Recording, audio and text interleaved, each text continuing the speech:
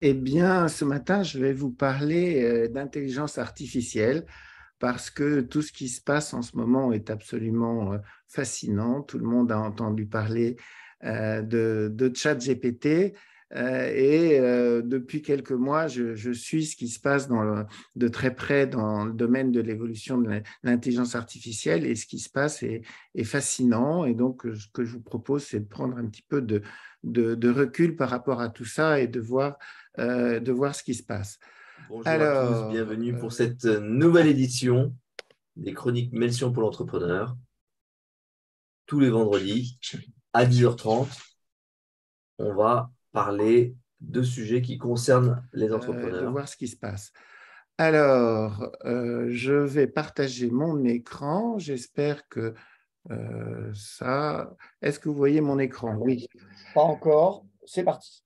Voilà, donc parler un peu de ce qui se passe en prenant un peu de recul historique, en analysant le présent et en essayant de se projeter dans l'avenir. Alors, l'intelligence artificielle, c'est un vaste sujet. Euh, j'ai retrouvé une petite vidéo de Arthur C. Clarke en 1964, parce que déjà à cette époque, on se posait la question de l'intelligence artificielle, on se posait la question, les calculateurs numériques peuvent-ils penser? Et j'ai une petite vidéo marrante de Arthur C. Clarke, j'espère qu'elle va passer. However, the most intelligent inhabitants of that future world won't be men or monkeys, they'll be machines, the remote descendants of today's computers. Now, the present day electronic brains are complete morons, but this will not be true in another generation. They will start to think, and eventually they will completely outthink their makers. Is this depressing? I don't see why it should be. We superseded the Cro-Magnon and Neanderthal men, and we presume we're an improvement. I think we should regard it as a privilege to be stepping stones to higher things. I suspect that organic or biological evolution has about come to its end, and we are now at the beginning of inorganic or mechanical evolution, which will be thousands of times swifter. Voilà, donc ce qu'annonce Arthur C. Clarke, qui, comme vous le savez, est l'auteur de 2001, l'Odyssée de l'espace, qu'il écrira quelques années après la prise de cette vidéo, ben, c'est qu'une des évolutions potentielles de l'intelligence artificielle, c'est que ce soit la nouvelle forme de vie et que, ben, quelque part, que nous pouvons même jusqu'à disparaître au profit de cette nouvelle forme de vie, et il considère ça comme une évolution. Alors, sans aller jusque-là, on en parlera peut-être après, regardons un petit peu ce qui s'est passé dans ce domaine-là. Donc, le premier point clé, c'est en 97, quand l'ordinateur Deep Blue a battu le champion du monde d'échecs qui était Garry Kasparov. Ceci dit, ce n'était pas vraiment de l'intelligence artificielle parce que c'était essentiellement de la force brute. Par contre, à partir des années 2000, il y a eu une évolution technologique forte avec la mise au point de réseaux neuronaux, l'invention de ce qu'on appelle aujourd'hui le deep learning, et qui a débouché sur des réels avancées, en particulier avec des jeux. Le jeu de Jeopardy a été gagné en 2011. Et puis l'année 2000, la décennie des 2010-2020 a été extrêmement riche. Tous les GAFA se sont lancés sur l'IA. Amazon a lancé Alexa, Google Home, Apple Siri. Il y a une boîte qui fait beaucoup parler d'elle, qui est DeepMind, qui a été rachetée par Google. Et le premier coup de tonnerre, c'est en 2016, quand AlphaGo a battu le champion du monde du jeu de Go, alors qu'on n'attendait pas ça du tout à cette époque-là. On pensait que ça prendrait 20 ou 30 ans de plus avant qu'on arrive à faire ça. Donc vraiment, l'année 2010-2020 est une année charnière où un certain nombre de percées ont eu lieu avec l'exploitation de cette nouvelle technologie, donc des réseaux neuronaux et du deep learning. Et puis, ben, ça ne s'est pas arrêté là. En 2022, donc, il y a eu ChatGPT qui est sorti. Il y a toutes les IA génératives qui génèrent des images. Vous avez dû entendre parler de DALL-E, de Midjourney. Bref, aujourd'hui, toutes les semaines, il y a des annonces nouvelles. Quand je dis toutes les semaines, c'est parfois tous les jours. On est vraiment entré de plein pied dans l'ère de l'IA. Alors, j'ai fait un petit schéma qui, pour moi, synthétise un petit peu ce qui s'est passé. Pour moi, il y a une ère numérique qui a duré 50 ans, entre les années 60 et les années 2010, avec différentes technologies qui sont apparues et étaient accessibles à tout le monde. D'abord, les calculatrices basées sur des puces, avec des fonctions très limitées de calcul et des interfaces très basiques. Ensuite, les micro-ordinateurs avec des microprocesseurs et avec des logiciels de productivité de plus en plus puissants, des feuilles de calcul, des traitements de texte. Il y a Internet qui est arrivé. Il y a eu donc ce premier jalon qui est Deep Blue qui bat Kasparov. Et puis, il y a les smartphones qui sont arrivés, le cloud, les suites bureautiques. Et pour moi, il y a donc cette décennie de basculement. Aujourd'hui, il me semble que l'ère de l'IA a pris le relais de l'ère numérique avec l'arrivée de ChatGPT, l'arrivée prochaine de Copilot de Microsoft dont on va parler, avec des matériels qui sont désormais soit des fermes de serveurs au niveau centralisé, soit des puces qui sont dans votre smartphone et qui sont faits spécialement pour faire tourner des algorithmes de deep learning. Alors, qu'est-ce qu'on voit arriver? Eh bien, dans l'ère numérique, il y avait les suites bureautiques, Microsoft Office par exemple. Eh bien, ce qu'on voit arriver, c'est des suites d'IA génératives, je les décrirai après. Et ce qu'on voit arriver dans le futur proche, ben, c'est des assistants personnels ou professionnels intelligents. Donc, parlons des suites génératives. Bon, ben, on a beaucoup entendu parler d'OpenAI, qui a donc un modèle de langage, ChatGPT, puis GPT-4, qui est une amélioration de ChatGPT, qui sait discourir, accéder à des informations raisonnées, DALL-E, qui sait générer des images. Donc, Microsoft a sorti une suite basant sur la techno d'OpenAI, mais il a ajouté son grain de sel avec l'incorporation de ces produits dans sa suite Office. J'ai un certain nombre de vidéos qui montrent ça, et donc maintenant, ou très bientôt, parce qu'elle n'est pas encore disponible, eh bien, vous pourrez demander à PowerPoint via une interface de type prompt de créer un show PowerPoint en se basant sur des documents Word, sur des indications, etc., etc.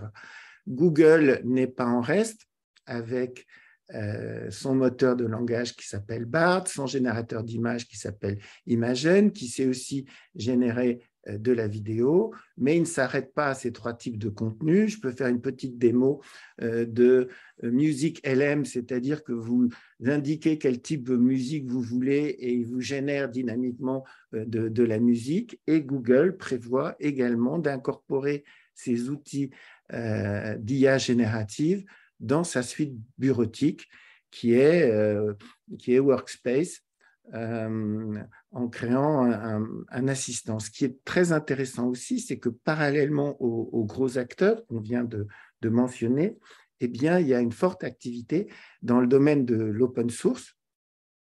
Meta, Facebook vient de mettre son modèle de langage en open source. Et d'ailleurs, il est téléchargeable sur vos ordinateurs. J'ai une version réduite de ce modèle de langage que j'ai en local sur mon Mac. J'ai également en local un univers graphique complet avec Stable Diffusion qui permet de générer des images. Et il y a tout un tas d'autres acteurs qui se lancent là-dessus.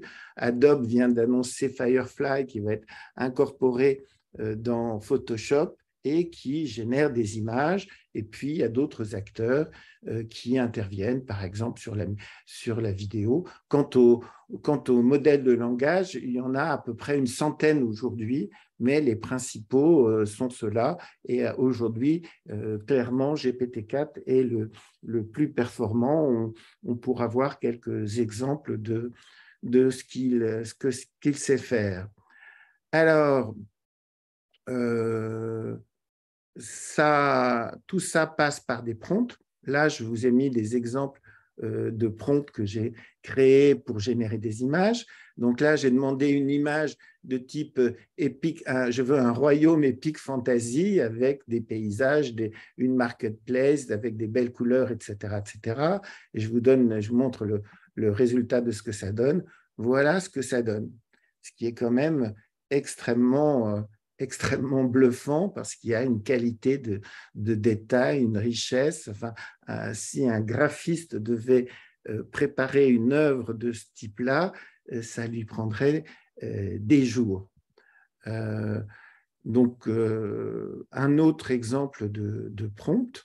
Donc là, j'ai demandé un portrait d'un général décoré, sérieux, stoïque, pris par un appareil photo avec du bokeh, etc.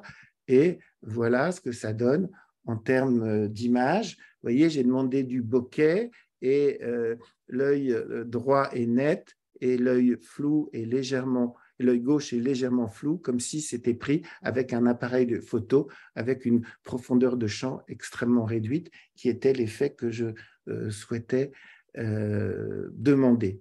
Donc, vous voyez que c'est époustouflant. Des exemples de GPT-4. Je lui ai demandé d'écrire un poème en rime sur l'intelligence artificielle et je vous lis: dans l'abîme du savoir, une étoile est née, l'intelligence artificielle, mystérieux allié, d'un éclair numérique, un esprit s'éveille, au cœur des circuits, voici l'IA qui sommeille, etc., etc. C'est juste bluffant. À titre d'info, ChatGPT, qui était donc GPT 3.5, ne savait pas faire des rimes. GPT-4, lui, sait faire des rimes parfaites. Et vous voyez un exemple de ce que cela donne. Voilà, je vous ai parlé tout à l'heure de Music LM. Voilà, là j'ai un exemple de prompt. Je veux une musique avec un slow tempo, avec des basses de type reggae, avec une guitare électrique et avec une voix en arrière-plan, expressive, etc. Et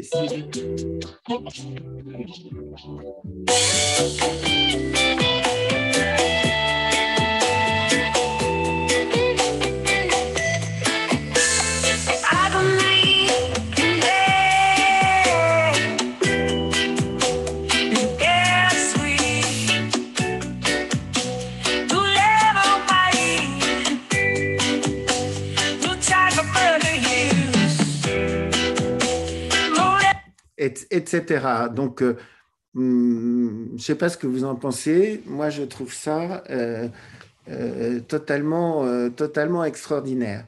Donc, voilà aujourd'hui ce que sait faire l'IA.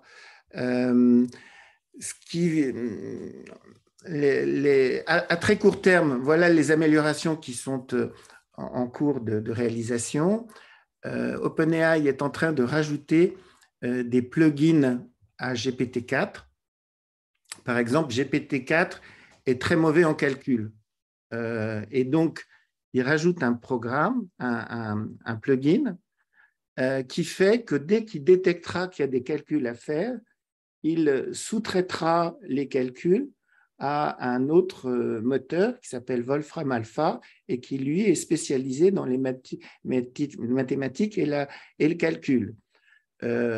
Quand vous voudrez, il y a aussi un plugin avec Expedia, vous cherchez un billet d'avion, il traduira votre requête et la sous-traitera à Expedia et ensuite vous récupérera les commandes. Vous voulez commander de la nourriture ou des produits, eh bien, et donc aujourd'hui, ils sont en train de créer toute une panoplie de plugins pour étendre les capacités de GPT-4.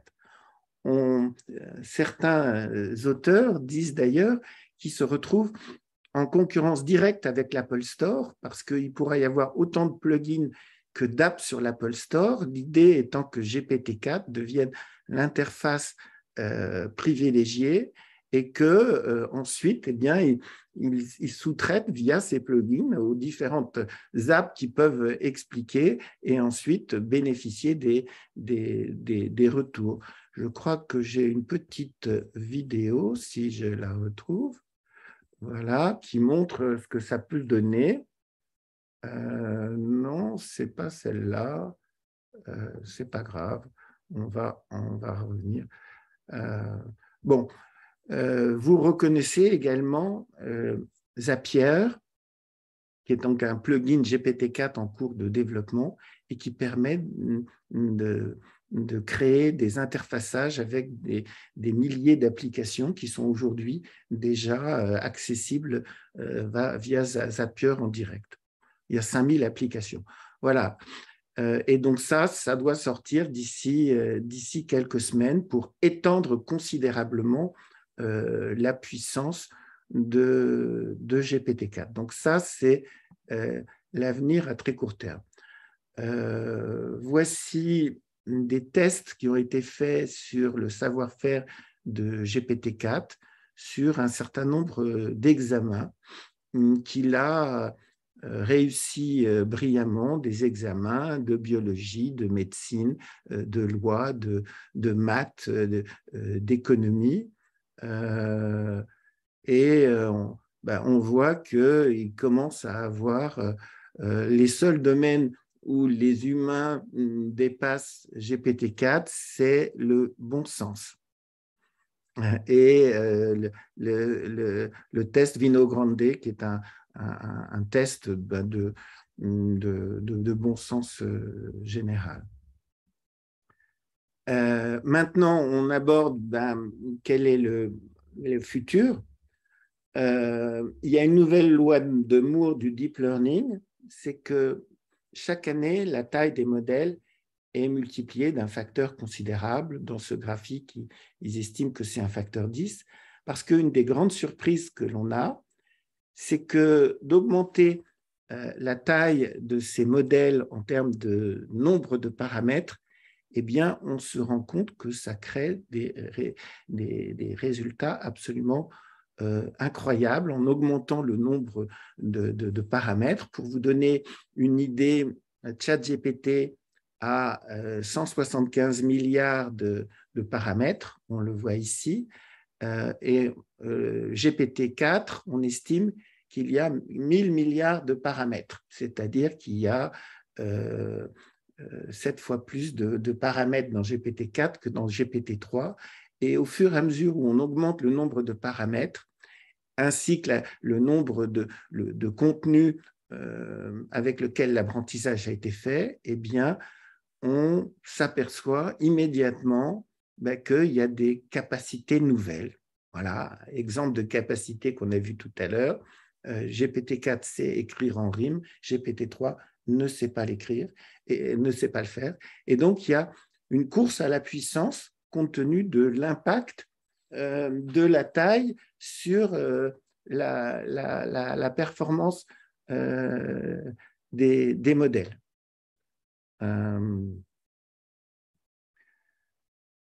Autre point de vue sur l'impact de l'intelligence artificielle, il y a tout un tas de chercheurs qui considèrent que l'impact économique de l'IA va être considérable et nettement supérieur à l'impact de l'invention de l'Internet. Dans cette étude dont j'ai mis le lien, ils disent que la création de valeur en termes d'enterprise value des boîtes dans l'Internet, c'est 13 téradollars sur une période de 24 ans, alors que ils attendent entre 2021 et 2030 6 fois ce montant dans le domaine de l'intelligence artificielle. Donc, alors, je ne sais pas ce que ça vaut, mais ça indique juste que le potentiel économique et la disruption économique apportée par l'intelligence artificielle est juste colossale. Si on essaye de se projeter un petit peu plus loin dans le futur, qu'est-ce qui se passe? Eh bien, la prochaine étape, ça sera probablement le fait que tous ces modèles soient intégrés dans embodied, comme on dit en anglais, et donc soient intégrés dans la vie courante. Et qu'il y ait un rapprochement des différents modèles. Aujourd'hui, il y a des modèles de langage, il y a des modèles de vision, il y a des modèles d'interaction avec le monde physique. Et donc, la prochaine étape, c'est le regroupement de ces différents modèles, et c'est ce que Google a commencé à faire. Donc, Google a un modèle qui s'appelle PaLM-E, qui intègre un language model, donc on peut parler au robot en français courant, qui intègre de la vision, donc il voit et il repère son environnement, et il a également un modèle qui lui permet d'interagir avec le monde physique. Et dans cette petite vidéo, on voit ce robot à qui on demande apporte-moi le sachet qu'il y a dans le tiroir. Et si je lance la petite vidéo, Large language models have been demonstrated to perform complex tasks. However, enabling general inference in the real world, such as for robotics problems, raises the challenge of grounding.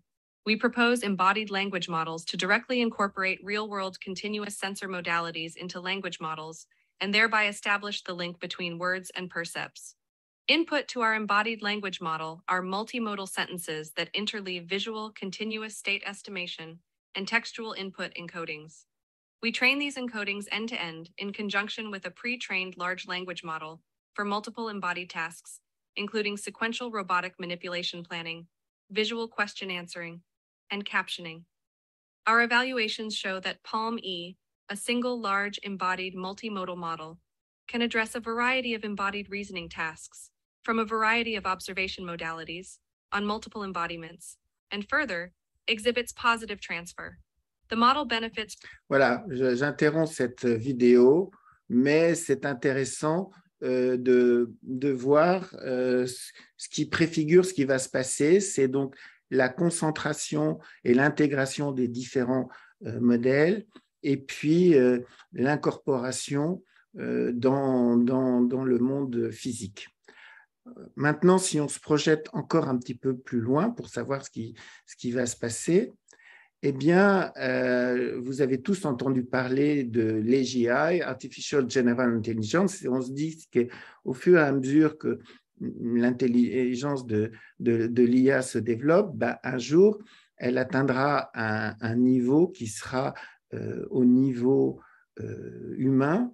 Et donc là, on a interrogé tout un tas d'experts vous avez une timeline qui est là, et tous les experts ont évalué quand ils pensaient que l'IA atteindrait le niveau humain. Et donc, vous voyez qu'il n'y a vraiment aucun consensus, qu'il y a des échelles de temps qui sont très, très larges, mais que si on prend les médianes de chacune des enquêtes, on voit que les experts estiment que ça va se passer entre 2040 et 2070.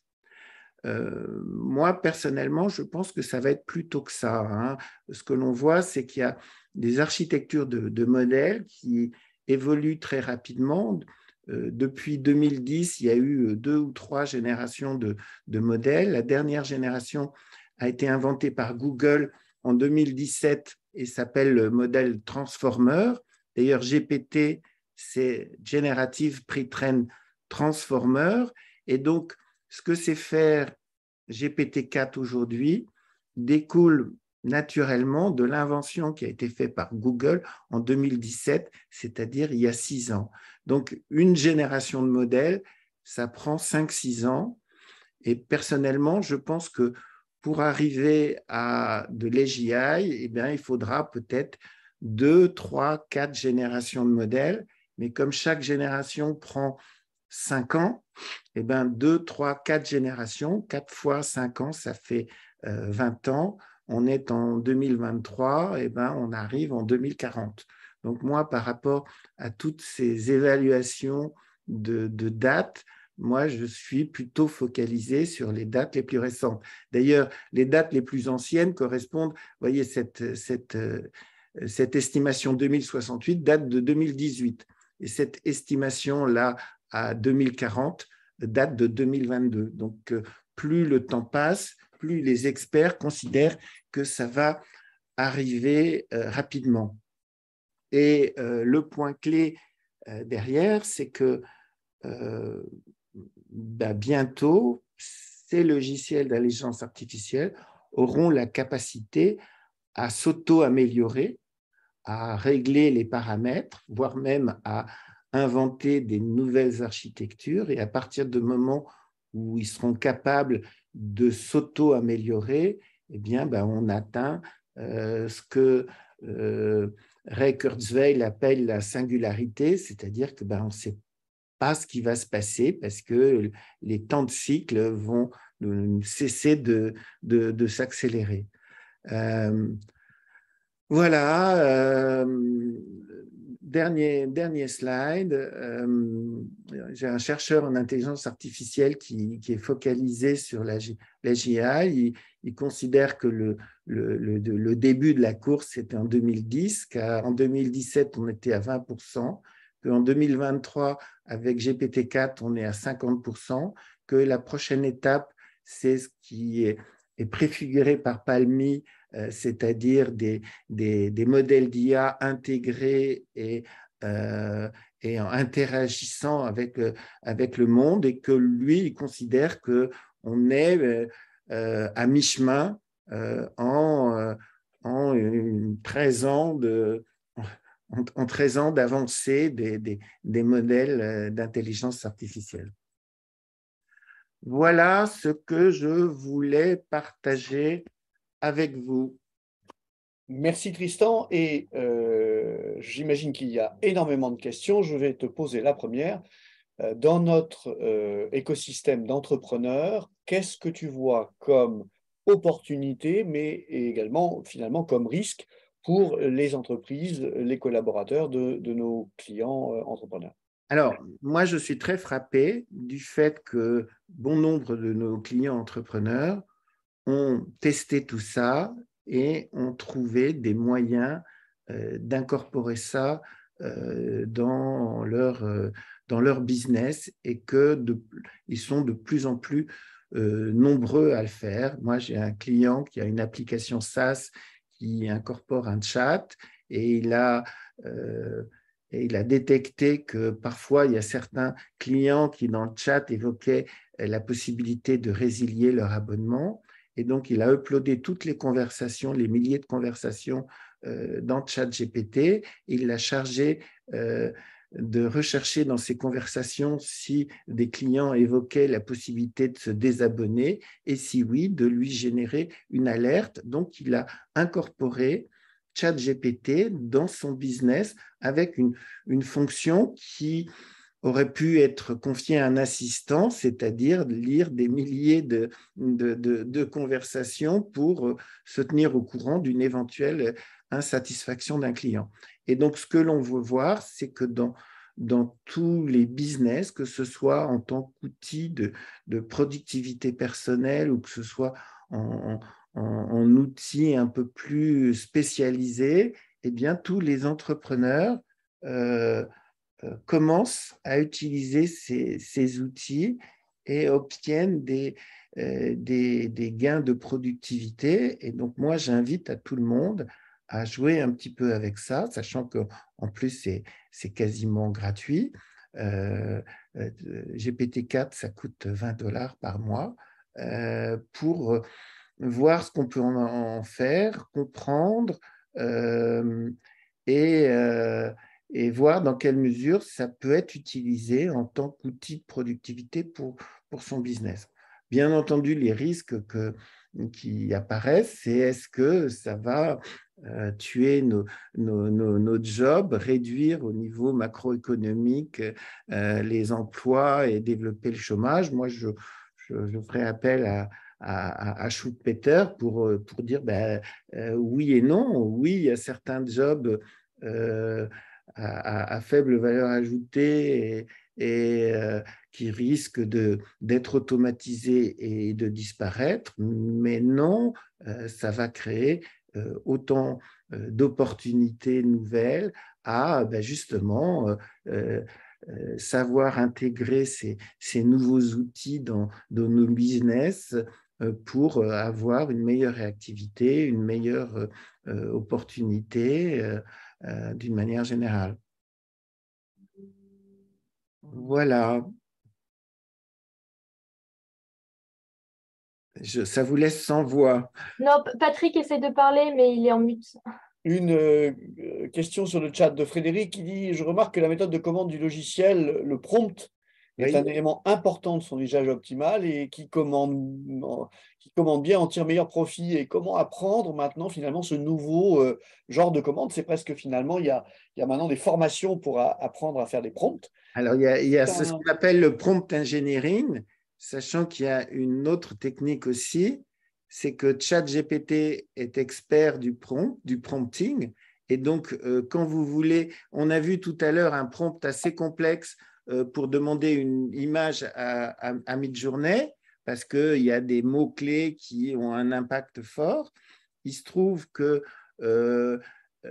toutes ces techniques peuvent être synthétisées dans un bloc de texte. Et donc, ce que je fais aussi, c'est quand je travaille avec Midjourney, je mets dans le prompt ChatGPT le bloc de savoir sur les mots-clés et ensuite j'exprime ma demande en français courant et c'est ChatGPT qui me génère le prompt Midjourney pour avoir l'image que je souhaite. Et donc, on peut gagner en compétences, ne serait-ce qu'en utilisant finalement un des outils pour alimenter l'autre outil. Exactement. Et la dynamique qui apparaît, c'est d'avoir ChatGPT comme une interface généraliste vis-à-vis d'autres outils d'IA ou vis-à-vis… j'avais une vidéo, je ne l'ai pas affichée, où on voit un gars demander à ChatGPT écoute, je voudrais un menu de tel type, et puis par ailleurs, je voudrais que tu me calcules les calories correspondant à chaque portion, et puis ensuite, je voudrais que tu me commandes tous les ingrédients. Et il balance cette requête en anglais courant dans ChatGPT, qui interroge un premier plugin et qui lui trouve une recette, qui interroge ensuite Wolfram Alpha pour faire les calculs de calories et qui ensuite se branche sur un site e-commerce pour commander l'ensemble des ingrédients et il n'y a plus qu'à valider et à payer et le job est fait.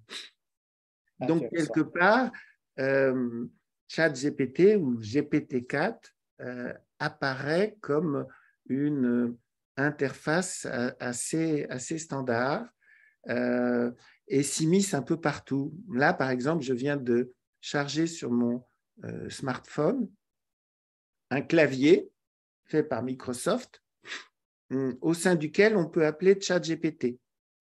Et donc, dans n'importe quelle application où vous avez une entrée clavier, vous pouvez en faire en sorte que l'entrée clavier soit générée par ChatGPT. Voilà, et donc, il est en train de s'immiscer un peu partout, tentaculairement, tout simplement parce que ça permet de faire des choses qu'avant, on ne pouvait pas faire. Voilà. Et quant à l'évolution au jour par jour, c'est juste incroyable. Juste pour citer quelques annonces de ces derniers jours, de ces dernières semaines, Mark Zuckerberg a annoncé que le métaverse passait en second plan et que le premier plan, c'était l'IA. Elon Musk a demandé qu'on arrête les développements pendant 6 mois sur l'IA et puis 2 jours après, il a créé sa propre boîte d'IA pour concurrencer OpenAI. Meta a annoncé qu'il mettait en open source tout un tas de choses. Disons que les grandes manœuvres ont commencé parce que c'est une telle disruption économique que tout le monde se lance là-dedans et que la fréquence de sortie de nouvelles fonctionnalités, de nouveaux produits ne cesse de s'accélérer. Alors, néanmoins, les informations qu'on fournit à ces outils, effectivement, ils sont ensuite intégrés dans les modèles d'apprentissage. Je crois que c'est Amazon qui a interdit à ses collaborateurs d'utiliser ChatGPT pour développer du code parce que effectivement, ça met quelque part entre les mains de on ne sait qui, on ne sait où, des choses qui peuvent être propriétaires. C'est un peu plus compliqué que ça, Patrick, parce que c'est un sujet avec un client. En fait, il y a des options pour ne pas partager le code, enfin plutôt ne pas partager les prompts. C'est des solutions payantes, soit sur Azure, soit c'est des paramètres à injecter dans le système, soit c'est encore autre chose, c'est la notion d'utiliser certaines API identifiées et protégées. Donc tout ça évolue très très vite. Ça dit juste que ce sont des outils professionnels et que pour les utiliser professionnellement, il faut s'assurer de les comprendre. Et il y a des grosses boîtes qui le font déjà. Mon client, tu vois, a déjà acheté des capacités sur Azure pour que toutes les injections de code dans Open ne soient pas utilisées pour l'entraînement des machines. Donc, il en reste propriétaire, dit autrement. Donc, on va apprendre à s'en servir un petit peu comme tous les autres outils qu'on a utilisés dans le passé. Je voudrais faire une petite démonstration de Midjourney parce que c'est marrant. Donc, voilà, je suis sur Midjourney. Ça, c'est une photo de mon chat. J'ai demandé une photo de mon chat. Voilà. Et là, je vous propose de demander une peinture d'un roi qui se trouve être un chien avec une couronne. Donc, je lance ça. C'est la version 5 de Midjourney. Et donc, il y a un petit temps de réflexion et puis vous allez avoir 4 images qui petit à petit vont apparaître et se préciser dès que ça commence. Chaque fois que vous faites une demande, eh bien, il vous propose 4 versions. Là, ça prend un petit peu de temps à démarrer. Vous voyez que j'ai mis pratiquement aucun paramètre à part le fait d'utiliser la dernière version de Midjourney. Ça n'a pas l'air de vouloir se déclencher. Peut-être qu'il y a beaucoup de monde. Ça y est. Voilà. Je vous ouvre pour que vous le voyez en grand. Et voilà les 4 images qu'il m'a données. On en choisit une. Ici, je vais choisir la 4e et je vais demander un upscale de la 4e, c'est-à-dire qu'il augmente la résolution de cette image-là. Voilà. Et puis, j'aurais pu demander également des variantes. Et voilà, donc, l'image upscalée en pleine résolution de ce que j'ai demandé. Et ça a pris quelques secondes. Qui est propriétaire de cette image, Tristan? Cette image est unique. Je ne veux pas dire de bêtises, mais je crois que ce n'est pas Midjourney qui est propriétaire de l'image, c'est l'utilisateur. Passionnant. Merci beaucoup. Et puis, il y aura encore beaucoup à dire et je suis sûr qu'on en reparlera dans nos prochaines chroniques ou dans nos prochains séminaires. Tristan, toi, tu as commencé à t'intéresser à l'AI il y a combien de temps? Il y a très longtemps, dans les années 90, j'ai fait une mission d'un système expert pour une compagnie d'assurance avec les outils de l'époque et j'étais extrêmement frustré de n'arriver à rien. C'était un moteur de règles, c'est-à-dire qu'on interviewait les experts d'un métier, on retraduisait les règles sous forme d'inférence et ensuite on faisait tourner un moteur qui vous demandait des données et qui faisait des inférences. Ça ne marchait absolument pas. Voilà. Et donc, j'ai été extrêmement frustré. C'est pour ça que j'ai toujours suivi de près les évolutions.